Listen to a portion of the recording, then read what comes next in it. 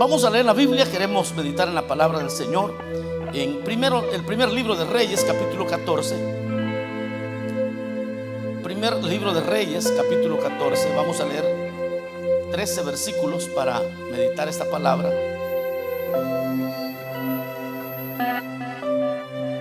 ¿Lo tenemos, hermanos? Bueno, mientras los demás llegan, hacemos una espera, una mini espera.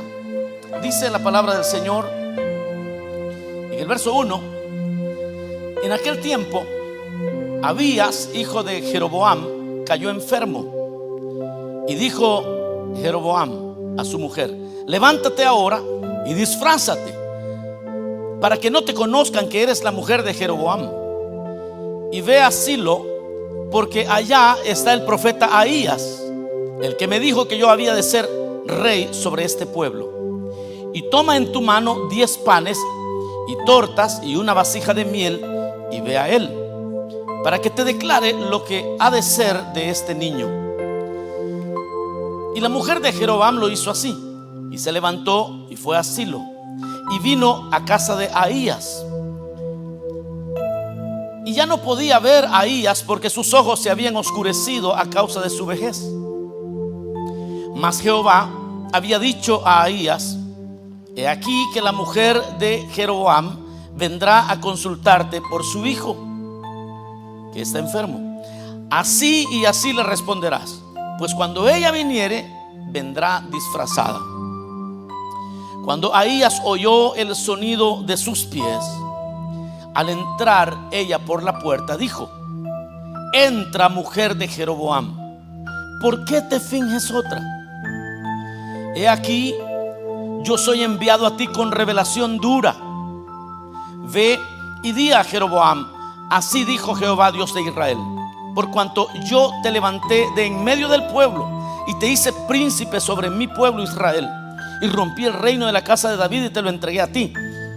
Y tú no has sido como David mi siervo, que guardó mis mandamientos y anduvo en pos de mí con todo su corazón, haciendo solamente lo recto delante de mis ojos, sino que hiciste lo malo sobre todos los que han sido antes de ti, pues fuiste y te hiciste dioses ajenos e imágenes de fundición para enojarme, y a mí me echaste tras tus espaldas. Por tanto, he aquí que yo traigo mal sobre la casa de Jeroboam, y destruiré de Jeroboam todo varón, así el siervo como el libre en Israel, y barreré la posteridad de la casa de Jeroboam como se barre el estiércol hasta que sea acabada. El que muera de los de Jeroboam en la ciudad lo comerán los perros, y el que muera en el campo lo comerán las aves del cielo, porque Jehová lo ha dicho. Y tú levántate y vete a tu casa, y al poner tu pie en la ciudad morirá el niño. Todo Israel lo endechará y le enterrarán, porque de los de Jeroboam solo él será sepultado, por cuanto se ha hallado en él alguna cosa buena delante de Jehová, Dios de Israel, en la casa de Jeroboam. Oremos al Señor todos juntos. Oremos. Padre nuestro que estás en los cielos, Señor, gracias te damos, porque hemos venido, oh Dios, a buscar tu rostro. Hemos venido a saber, no solo a adorarte, no solo a dar nuestros diezmos y ofrendas, pero venimos a oír lo que tú tienes para nosotros. Tú sabes hablar al corazón, tú sabes hablar allá donde nadie puede llegar. Tú sí puedes llegar. Envíanos hoy tu palabra a aquellos que se han conectado, Señor, hasta allí, hasta sus dispositivos, donde están, en su casa, en su auto, donde estén. Señor, visítales de una manera especial. Y los que estamos aquí, Espíritu de Dios, muévete de tal manera que tu verdad encuentre lugar en nuestros corazones. Te lo pedimos, Señor, sabiendo que tú eres más poderoso de lo que nosotros imaginamos. Gracias, Señor. Amén y amén. Tenga la bondad de sentarse.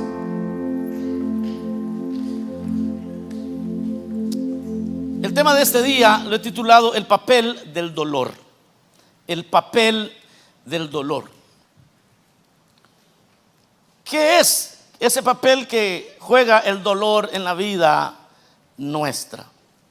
Y he tomado la historia de Jeroboam porque este fue un rey malo en Israel, pero que Dios, cuando lo escogió, lo escogió para que enderezara el camino del pueblo de Dios. Sucedió que una vez que Jeroboam se convierte en rey, él comienza a hacer todo al revés. Había que subir a Jerusalén a las fiestas judías, tenían que ir a Jerusalén. Pero vino Jeroboam y dijo: no quiero que el pueblo vaya a Jerusalén, así que voy a hacer en Betel, voy a hacer un altar, voy a poner sacerdotes, voy a hacer las cosas a mi manera. Comenzó a hacer las cosas mal. Dios le envió profetas una y otra vez, porque Dios siempre nos habla, hermanos. Bueno, como 3, pero bueno, a todos nos habla el Señor, de una o de otra manera. Pero Dios a este hombre le envió profetas y le mandó a decir justo lo que tenía que hacer. Llegó un profeta, lo reprendió porque tenía un altar que no era un altar para Dios, y el profeta va y lo reprende. Jeroboam se enoja y trata de castigar al profeta. Se le secó la mano. Luego el mismo Jeroboam le dice: ora por mí para que mi mano sea restablecida. El profeta oró y fue sanado. Y así Dios le estuvo enviando palabra, le estuvo enviando profetas, le estuvo enviando mensajes claros, pero Jeroboam no quería escuchar. Pero llega un momento, que es lo que hoy leímos, una historia muy enriquecedora, porque a Jeroboam se le enferma su hijo, su niño. Y cuando se le enferma su niño, él decide pedirle a su esposa subir hasta Jerusalén, porque él reconoce que en Jerusalén está el profeta de Dios. Ahora, yo quiero que aquí empecemos a pensar. Si él había creado un culto a la medida, un altar que no era para Dios, y tenía sacerdotes a su antojo, ¿por qué no llevó al niño con aquellos sacerdotes? Le voy a explicar por qué. Porque nadie discute con su dolor. Nadie discute con su dolor. Se lo voy a comenzar a explicar este asunto. Uno puede discutir, uno puede elaborar sus propios argumentos, uno puede justificarse a sí mismo por las cosas que hizo bien o las cosas que hizo mal. Uno puede engañarse a sí mismo si quiere, pero hay algo con lo que uno no puede luchar, es contra su propio dolor. Cuando el dolor llega, cuando el dolor toca la puerta, ahí ya no hay argumento que valga. Es necesario el auxilio de Dios. Es necesario que Dios meta la mano, porque cuando duele, nosotros tenemos que clamar a alguien. Y ahí ya no hay tiempo para estar juzgando si lo que hice bien o lo hice mal o cómo lo hice. Llega un momento donde para Jeroboam el dolor toca su puerta. Su hijo está enfermo de muerte. Y ahí él se da cuenta que toda su religión no le servía para nada. Le dice a la esposa: levántate ahora y disfrázate para que no te conozcan que eres la mujer de Jeroboam, y ve a Silo, porque allá está el profeta Ahías, allá está el hombre de Dios. Y en ese momento, en su dolor, la mujer de Jeroboam se disfraza. Y usted leyó ahí cómo le fue. Dios le habla al profeta, le dice: va a venir la mujer de Jeroboam, viene disfrazada. El detalle es que el profeta ya no miraba, él estaba anciano ya, y por la vejez, pues ya sus ojos no le funcionaban. Pero como no importa si los predicadores no conocemos a las personas, hay uno que sí las conoce, se llama el Espíritu Santo de Dios. Ese sí conoce. Ese conoce nuestra historia, nuestras derrotas, nuestras victorias. Él conoce todo de nosotros. Así que si el predicador, usted dice: no, nunca lo he saludado, puede ser que sea cierto. Pero hay uno que aunque tú nunca hayas saludado, se llama Jesús. Él conoce los pensamientos que hay en nosotros.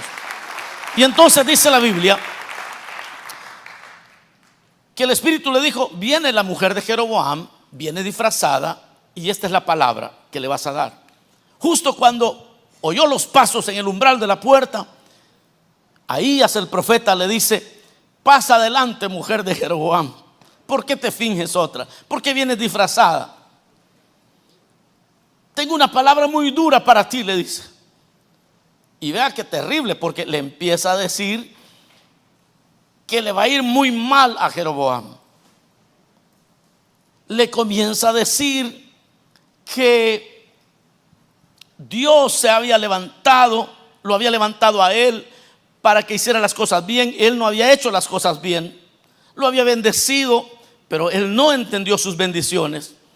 Por tanto le dice: yo traigo mal sobre la casa de Jeroboam, la voy a destruir toda. Y le comienza a hablar cosas horribles que ninguno de nosotros quisiera oír eso. ¿Quién quiere que le empiecen a decir: mire, todos sus hijos van a morir mal? Una cosa terrible.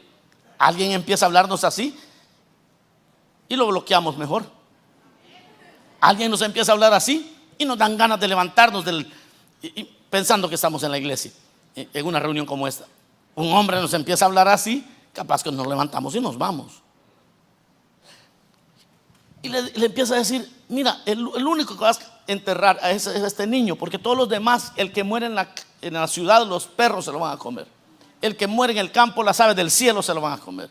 Nadie será enterrado de los de Jeroboam. Le dice el profeta: and by the way, como viniste para preguntar por el niño, también dile a tu esposo que el niño va a morir. Puras malas noticias. El dolor estaba atravesando el corazón de Jeroboam. Y usted va a decir: entonces se compuso Jeroboam. Pues le cuento que no.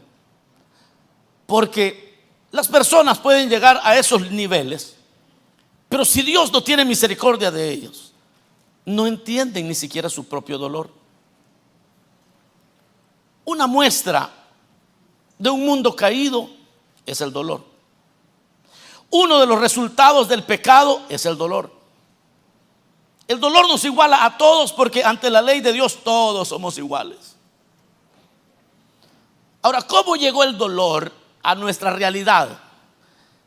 Romanos capítulo 5 verso 12 nos habla de este fenómeno. Dice: por tanto, como el pecado entró al mundo por un hombre, y por el pecado la muerte, así la muerte pasó a todos los hombres, por cuanto todos pecaron. Dice: a causa del pecado entró al mundo la muerte, y luego pasó a todos los hombres. Hay dolor, por lo tanto, que es el resultado del pecado original. Voy a hablar de tres. Número uno, el dolor que todos enfrentamos a causa del pecado original, del pecado de Adán y Eva. Y ese dolor lo enfrentamos creyentes y no creyentes, porque todos en algún momento morimos. Tenemos que enterrar a nuestros padres. No sé si me va siguiendo. Eso usted puede ser un hombre de fe, una mujer de fe, pero esa realidad de que somos mortales nos llega a todos. Entonces, este es el dolor que es resultado del pecado original. Ese dolor usted no tiene que ser ni bueno ni malo para experimentarlo, sino que es el resultado del pecado original. El segundo dolor que enfrentamos es el resultado de la injusticia. Es decir, vivimos en un mundo de injusticias. Como dicen los muchachos, life sucks. Ya.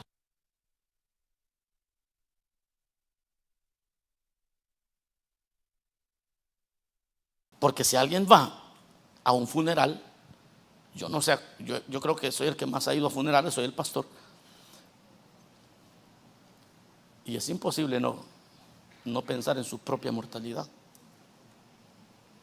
Es imposible. Y dice la Biblia: mejor ir a la casa donde hay luto, porque el que vive la piensa, hermano. Y cuando llega ¿y de qué murió, hermano? De alcoholismo. El hígado no soportó, murió. Y aquel que todavía se está convenciendo que no es alcohólico, ¿verdad?, que solo los fines de semana, ese frente a la tumba no puede estar peleando con sus argumentos. Puede pelear con sus argumentos con la mujer, puede pelear con esos argumentos hasta con el médico, como aquel que el médico ya no hallaba cómo decirle y tomó un vaso. El médico tomó un vaso lleno de alcohol, agarró un gusano y le dijo: mira, porque ya no hallaba cómo hablarle al alcohólico, y puso el gusano en el alcohol. No, hombre, el gusano se empezó a retorcer y se empezó a desintegrar. Y le dice el médico: ¿ves lo que le pasa al gusano?, le dice. Sí, le dice el borracho, el alcohólico, sí. ¿Qué significa?, le dice el médico.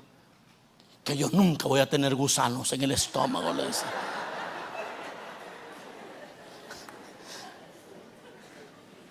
Sí, o sea, uno puede argumentar lo que le dé la gana, pero fíjese que ante la tumba de alguien, porque nadie discute con el dolor, contra eso. ¿Y quién se pone a querer pelear y a decir: no, si mi vida está bien, si mi vida está de maravilla en Instagram? Tal vez todos podemos argumentar lo que querramos, pero con el dolor nadie pelea, nadie discuta. Mire, podemos exceptuar las muertes trágicas, y yo esas se las doy, definitivamente. Hay muertes trágicas, pero cuando alguien muere por malas compañías, por pecados recurrentes, contra eso uno tiene que sentarse a pensar. Yo recuerdo un hermano, y hace poco estuvimos pensando en él, porque este hermano era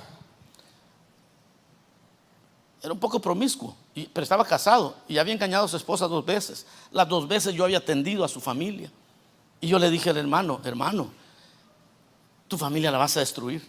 La esposa lo perdonó las 2 veces. Bueno, la tercera vez llegó ella llorando, me dice: mira, lo fui a visitar a la oficina donde él trabaja, y solo encontrarlo con otra mujer. Y ella estaba harta, estaba cansada, pero aún así lo perdonó. Y yo volví a hablar con él, le dije: mira, esto que está pasando te va a destruir. Pero él se creía muy listo.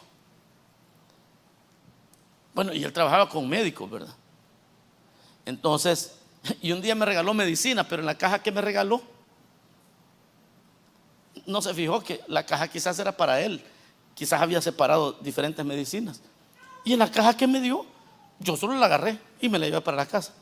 Yo tenía entonces, hermanos, quizás unos 30 años. Hace poquito fue. La cosa es que llego a la casa y me dice Maritza: ¿y qué traes ahí? Me dice: una caja de Viagra, había puesto aquel ahí en la ventana.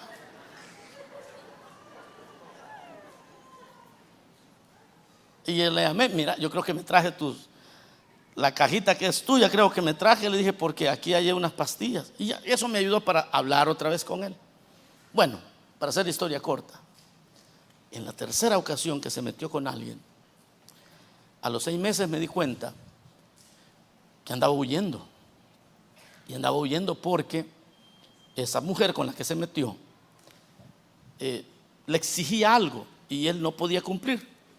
Y sale que los hermanos de ella, los 2 hermanos de esa señora, eran sicarios.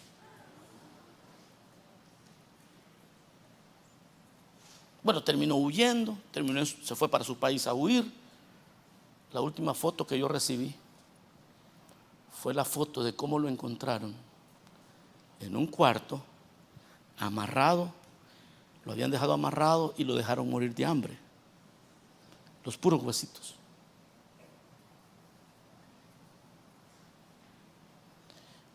Yo lo lamenté porque obviamente yo nunca me imaginé, nunca pensé que el sufrimiento de él llegaría hasta esos límites.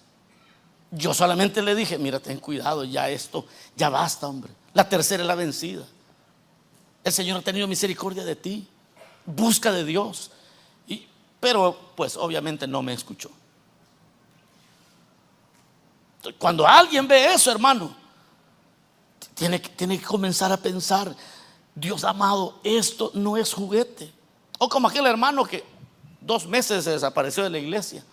Como a los 6 meses, bueno, regresó. Y como a los 6 meses llegó llorando allá conmigo. Me dice: hermano, mire que vengo destrozado, pero no porque yo me equivoqué, yo hice mal, pero el problema es otro. Fíjese que en esos días que me alejé de la iglesia, me fui a meter a lugares donde no tenía que meterme. Y yo le vengo a decir que salí positivo del HIV. Pero lo que más me duele es que he contagiado a mi esposa. O sea, mire hermano, le estoy hablando de cosas dramáticas. Porque cuando usted lee a Jeroboam, cuando usted ve a este hombre que era rey, porque cuando alguien es rey piensa que no le va a llegar a él, ¿no? Cuando alguien es rey piensa que no, conmigo no es la cosa. No, hermanos, el dolor nos iguala a todos. El dolor es algo que a todos nos llega, y uno tiene que estar sabiendo si el dolor es a causa de nuestro pecado. Y es ahí, porque nadie discute con su dolor. Ahí uno se da cuenta que la rebelión personal usted la puede discutir, la puede defender, la puede proteger, pero nadie puede discutir cuando el dolor llega. Ya no hay tiempo para estar diciendo no fue mi culpa, es que no me quería, es que ella me presionó. Con el dolor nadie discute. Y esto es cierto con la salud, en el matrimonio, en las finanzas. Alguien puede decir, no hermano, yo como lo que me da la gana. Siga comiendo lo que le da la gana. Hasta que el médico le dice, mire, usted es un prediabético y ya no puede comer harina, ni tacos, ni pizza. Ya con el dolor ya no puede estar peleando. Porque antes decía, no, que los tacos y que las, no sé qué, las pupusas. Y usted puede decir todo lo que quiera, pero ya cuando ve la muerte cerquita, dice, mire, ya no puede comer así. High blood pressure. Ya no puede echarle sal a la comida. Bueno, cuando llega ese momento, ya usted no puede estar argumentando nada. O con el matrimonio, lo mismo con las finanzas. Yo gasto con mi dinero, hago lo que quiero, hasta que colapsa todo. Con eso ya no puede discutir. Hermanos amados, esa actitud es muy peligrosa cuando se trata de las finanzas. Pero cuando se trata de la salvación, por Dios amado, cuando se trata de la condenación eterna, es ahí donde verdaderamente uno tiene que poner atención a su dolor. Uno tiene que saber por qué es que sufro, qué cosas yo no he honrado a Dios. Porque el Señor a tiempo nos habla. Cristo sigue siendo la respuesta para cuando estamos en aprietos. Cristo sigue siendo la respuesta. Mira lo que dice la Biblia. Mateo 11:28, en la Nueva Versión Internacional, dice: vengan a mí todos ustedes que están cansados y agobiados, y yo les daré descanso. Vengan a mí, dijo Cristo. Todos aquellos que violaron la ley, que por su obstinación, por algo que se equivocaron, y quizás pasaron diciendo, no, pero es que no es mi culpa, pero ya el dolor ya te alcanzó, ya te pusieron un ultimátum, ya estás sufriendo las consecuencias. Tu dolor es obvio, no puedes negar más que te equivocaste. Para ellos hay esperanza. Dice: vengan a mí todos los que estén cansados y agobiados, yo les voy a dar descanso. Vengan a mí, dice el Señor. Mire cuánta misericordia cuando por el Espíritu de Dios puedes rastrear tu dolor. Esa es una gran misericordia. Cuando por el Espíritu de Dios comienzas a rastrear tu dolor, you want to trace it back. Cuando ya estás en un momento de crisis, ya no puedes pelear, dices, no, realmente me equivoqué en esto y me equivoqué en aquello. Esa es parte de la misericordia de Dios, porque has comenzado a rastrear tu propio dolor. Fíjense que nadie es capaz de rastrear su dolor sin la ayuda del Espíritu Santo. Nadie. Porque todos queremos justificarlo, pero cuando el Señor empieza a hablarnos, entonces empezamos a rastrear y empezamos a recordar. Yo recuerdo, es que yo antes por lo menos asistía a la iglesia, y yo dejé de asistir, y después comencé a cometer estos otros errores, y después me fui deteriorando hasta que terminé en esta situación vergonzosa. Y uno, mire hermano, si usted ha comenzado a rastrear su dolor, entonces Dios te ama, entonces Dios todavía te está regresando, te está diciendo, todavía hay esperanza.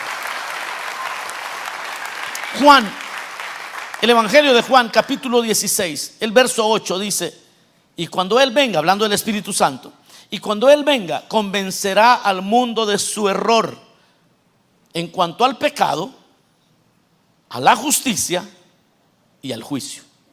Cuando el Espíritu Santo venga, cuando el Espíritu Santo viene sobre tu vida, es capaz de convencerte. Quizás tus padres te dijeron, pero no te convencieron. Tu esposa te dijo, no te convenció. Tu esposo te dijo, no te convenció. Pero cuando el Espíritu Santo venga, Él te va a convencer. de tu error. Eso se llama misericordia. Porque viene el Espíritu Santo y comienza a darle a uno, hermano, casi donde más le duele. La cosa es que lo hace muchas veces con gente hasta extraña. Sí, personas que ni te conocen, porque uno de los que lo conocen a uno, uno sospecha, ya viene este a molestar. ¿Y qué le importa la vida de los demás? Pero de repente cambias de trabajo y en el trabajo encuentres a un compañero, a una compañera que te empieza a decir: mira, te quiero hablar acerca de Dios, y te empieza a evangelizar, te empieza a alumbrar en cuanto al pecado. Y quizás ahí empiezas a oír, porque no ves como que la persona tiene prejuicio, no ves como que si ella tiene algún odio, si la acabas de conocer. Como aquella hermana que me dijo, fíjese, en el DMV, fíjese que yo andaba mal, y en el DMV una persona me dijo que me arrepintiera. Yo salí asustada, me dijo. Dice que salió para su casa y le fue a pedir perdón al Señor, y su vida fue transformada. Sí, y aquí había estado sentada, y aquí había estado oyendo la palabra muchas veces, pero quizás llegó a pensar: el pastor quizás ya conoce mi caso, y quizás por eso ella decía: no le hago caso. Se fue a sacar, no sé qué andaba haciendo, no me contó, pero andaba en el DMV, y hay una persona hablando así. De repente le dijo: mire, yo he sentido de parte de Dios que usted conoce de Dios, arrepiéntase, su vida no está bien. Aquella mujer ahí se desmoronó, se fue para su casa, fue a pedirle perdón al Señor y fue transformada. Porque cuando venga el Espíritu lo va a convencer, dice, de pecado. Si tú estás siendo convencido hoy, alaba al Señor. Si hoy el Señor te está haciendo ver que tu dolor no es otra cosa, sino porque te equivocaste, este es tiempo de buscar a Dios, es tiempo de buscar a Dios. Yo voy a terminar con esto. No basta con querer huir del dolor, se necesita huir del pecado. Sí, porque el dolor todos queremos huir. Cada vez que yo he ido a una cárcel a visitar a alguien que está preso por alguna cosa, todos ahí se quebrantan cuando me ven, empiezan a llorar. Bueno, no he ido muchas veces, hermanos, les soy honesto, pero las veces que he ido, quizás ellos no están esperando ver al pastor, y cuando he llegado se rompen y dicen: no, yo escuché la voz de Dios, pero no quise responder, me quedé sentado. Hubo un hermano que estaba sentado por allá, y yo recuerdo que yo prediqué en el primer capítulo de Proverbios, donde dice: la sabiduría clama, la sabiduría da voces, pero por cuanto no quisiste oír, tú clamarás y no te voy a oír. Y yo hablé acerca de la cárcel y hablé un montón de cosas, y él dijo: si yo no ando en cosas criminales, yo no creo que vaya a parar a la cárcel. El miércoles me estaban llamando que estaba en la cárcel. ¿Cómo fue a parar allá? Bien extraño. ¿Qué le estoy diciendo? Que si el Señor te está convenciendo de pecado, uno puede huir del dolor muchas veces, pero se necesita huir del pecado. No, hermano, yo quiero lidiar con este dolor que estoy sintiendo, me voy a cambiar de estado, me voy a ir donde no me conozcan para empezar de nuevo. Ain't gonna help. No funciona así. De lo que tienes que huir es del pecado. Esto es como cuando alguien dice: mire, hermano, mira cómo me duele la cabeza, y toma pastillas para el dolor de cabeza, pero su problema es en el estómago. Y hasta que llega al médico, el médico le dice: mire, su problema no es la cabeza, su problema es el estómago. Tiene que evitar estos alimentos, o algo tiene que evitar, porque no basta huir del dolor. Usted sabe que cuando usted tiene un dolor y le dura más de 7 días, la Biblia dice que es maligno. Usted tiene que buscar rápido ayuda. Pero si es un dolorcito común, no le dura más de 7 días. Entonces, cuando usted va al médico, ¿qué le dice el médico? ¿Desde cuándo empezó? Ayer, le dice. Bueno, lo vamos a ingresar unos 3 días. Y ya saben los médicos que si es benigno, eso se le va a ir. En 7 días está bien. Pero si en 7 días no se le quita, uy, esas fiebres no son buenas, porque en 7 días debió haberse ido la infección. Pero entonces esa infección es de tumor, no es una infección ligera. Entonces las personas quieren huir del dolor, no quieren huir de lo que está causando el dolor. Hermanos amados, aquí se trata de buscar al Señor mientras pueda ser hallado. Es el pecado que nos trae a veces el dolor a nuestra vida. Todos podemos confesar para quitar el dolor. Hay muchos que dicen: no, hermano, yo quiero confesar, pero para que se vaya el dolor. No, aquí se trata de confesar el pecado para que la vida cambie. Y hoy el día de salvación. Vamos a cerrar nuestros ojos un momento. Digámosle: Señor, gracias por esta palabra. Gracias, Señor, porque hoy podemos rastrear, identificar el papel del dolor en nuestra vida. El papel de aquellas cosas que nos duelen y que nosotros podemos rastrearlas y podemos ir atrás en el tiempo y descubrir que te deshonramos a ti, Señor. Mientras estamos orando, yo quiero brevemente hacer una invitación a aquellas personas que hoy quisieran entregarle la vida a Cristo, que durante todo el sermón se vieron señalados, pero por Dios. Con misericordia el Señor te ha llamado. Las cosas que te duelen en tu familia y que quizás tú has causado, que todo este tiempo has querido justificar, que todo este tiempo has querido obviar, olvidar. Hoy, por misericordia, el Espíritu de Dios te dice: no lo sigas negando. No lo sigas negando. La solución no es negarlo, la solución es confesarlo. ¿Por qué no vienes a Cristo hoy? Habrá alguien que quiera recibir al Señor hoy en su vida. Vamos a orar por usted. Todo lo que tiene que hacer es ponerse de pie y vamos a orar por usted. Si por primera vez quisiera entregar la vida a Cristo, porque ha reconocido que hay cosas que le causaron dolor, pero no es el dolor común, es el dolor por aquellas desobediencias que hemos tenido. Ponte de pie si quieres entregarte a Cristo. Ven, vamos a orar por ti. Habrá alguien aquí que necesite hacerlo, que ya reconoció que necesita al Señor. El que esté trabajado o cargado puede venir hoy. Yo voy a terminar pronto este llamado, pero yo voy a preguntar una vez más.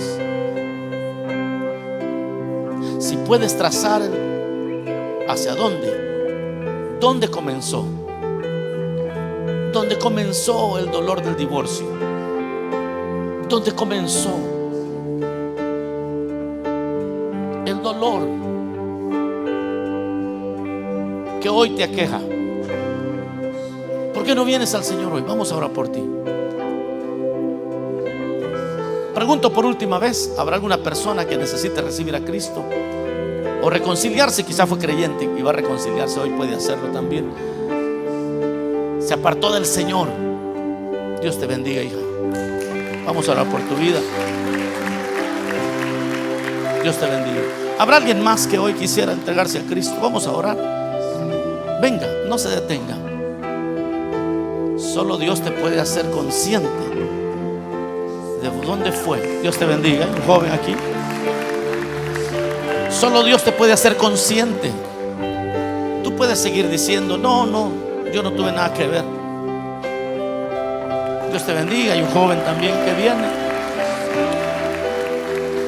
Puedes seguir jugando el juego de señalar a otros. Es cierto, pero tu dolor te va a vencer un día. Tu dolor te va a vencer un día y ojalá no sea demasiado tarde. ¿Por qué no vienes? Reconcíliate, acepta a Cristo. Porque cuando tu dolor te venza, no vas a poder discutir contra Él. Contra tu dolor no vas a poder discutir. Mejor ven ahora. No te detengas. Dios te bendiga. Hay un caballero que está pasando también. Yo voy a terminar ahora, voy a preguntar por última vez. Todavía habrá una persona que necesite venir. Hoy venga, dele su vida a Cristo, reconcíliese con el Señor. Tienes un debate ahora en tu mente. Piensas que esto no es contigo de repente. Quizás piensas que puede ser otro día. Dios te bendiga. Hay una dama que está pasando. Excelente, vamos a orar por usted. Quizás estás debatiendo si es contigo el mensaje o si no es contigo. Quizás estás debatiendo si realmente necesitas a Cristo o no. No esperes que sea demasiado tarde. El Señor te está llamando hoy. Bueno, si ya todos somos creyentes, vamos a orar por estas vidas al frente. Póngase de pie ahí donde usted está. Vamos a orar juntos. Ayúdeme a orar, hermano. Padre nuestro que estás en los cielos, gracias. Gracias porque tu palabra nunca regresa vacía. Gracias por estas vidas que aquí, Señor, al frente han venido a decirte a ti, Señor: reconozco que ya no puedo luchar, que ya no puedo vencer con argumentos el mismo dolor que el pecado produce. Perdónalos, Señor. Perdona sus vidas, límpialos en tu sangre, y ahora puedan experimentar la esperanza del nuevo nacimiento. Señor, que el nuevo nacimiento puedan ellos vivirlo con intensidad. Que de ahora en adelante te busquen, que de ahora en adelante puedan honrarte a ti. Los pongo en tus manos, Señor. Tu favor sea sobre ellos, en el nombre de Jesús. Gracias, Cristo.